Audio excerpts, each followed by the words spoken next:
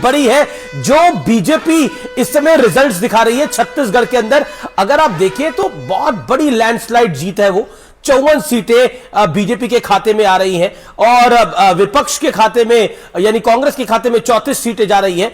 और मध्य प्रदेश 160 प्लस, कहां कांटे की टक्कर की उम्मीद लगाई जा रही थी, लेकिन नतीजा कुछ और आ रहा है। बहुत ही कंफर्टेबल मेजॉरिटी। और मुझे लगता है छत्तीसगढ़ पे अलग से चर्चा होनी चाहिए, लेकिन उससे पहले एक ब्रेकिंग न्यूज हमें मिल रही है। कुछ और अपडेट्स है वो भी जान लीजिए। विंध्य में 25, मध्य में बीजेपी को 32 सीटें मिल गई हैं। ये कंफर्म नतीजे हैं, रुझानों से आगे बढ़ के अब नतीजों में तब्दील हो रहे हैं।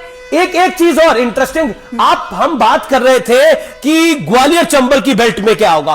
ग्वालियर चंबल की बेल्ट के अंदर बहुत बड़ा नुकसान बीजेपी को झेलना पड़ेगा क्योंकि अंतर कलह थी, लेकिन उस अंतर कलह से बीजेपी ने निपट लिया और नरोत्तम मिश्रा, नरेंद्र तोमर, ज्योतिरादित्य सिंधिया की तिकड़ी ने वहां जबरदस्त डिलीवरी दी है। इसमें देखना पड़ेगा कि कहां, और महाकौशल जो कि इलाका था कमलनाथ का, आप खुद वहां पर गई थी, उस इलाके के अंदर भी बीजेपी बेटर कर रही है।